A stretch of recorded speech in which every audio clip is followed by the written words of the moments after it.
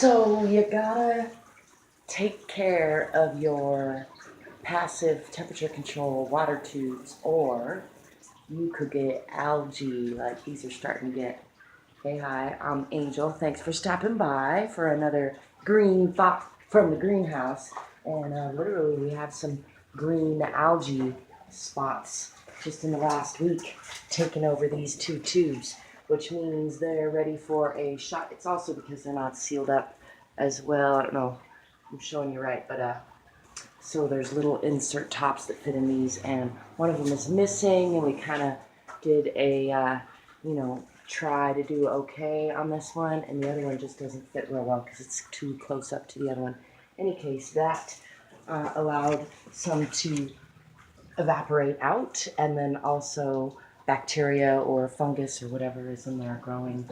So that just means what we do every 4 to 6 months probably is take a couple of cups of clorox bleach and dump it right in that water, and that usually shocks that green out of there within a day or two, and we top them back off with water and try to seal them up as well as we can.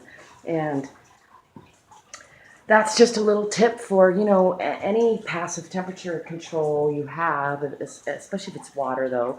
You're going to have to take care of a little maintenance, and as long as you keep on it, it's really no big deal. And you can see these ones are still doing fine, but I'll be putting bleach, 2 cups of bleach in each one of these big, I don't know if these are 200 or 300 gallon, I can't remember. My mom had them installed some time back, and anyway, they really help keep the temperature from fluctuating as much in this greenhouse by making it, holding whatever the room temperature is in this water just a little bit cooler than that. And so in the winter, it keeps it a little bit warmer through the night, and in the summer, actually keeps it a little cooler. Today, I'm getting ready to top these off, shock them with some bleach, and then I'm going to install the shade cloth that goes in here for the summer to keep the temperature down cool.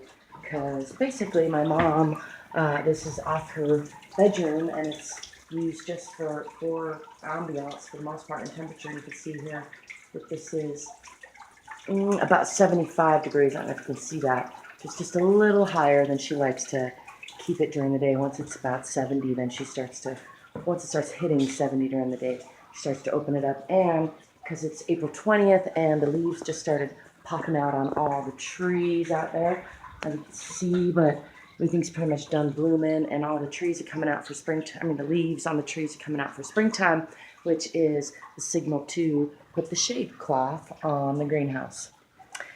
I hope that's helpful to some of y'all. I'd love to know if you have any experience with passive temperature control with cooling tubes or water tubes or adobe walls or any of that. Let us know in the comments below. Let's get some dialogue going.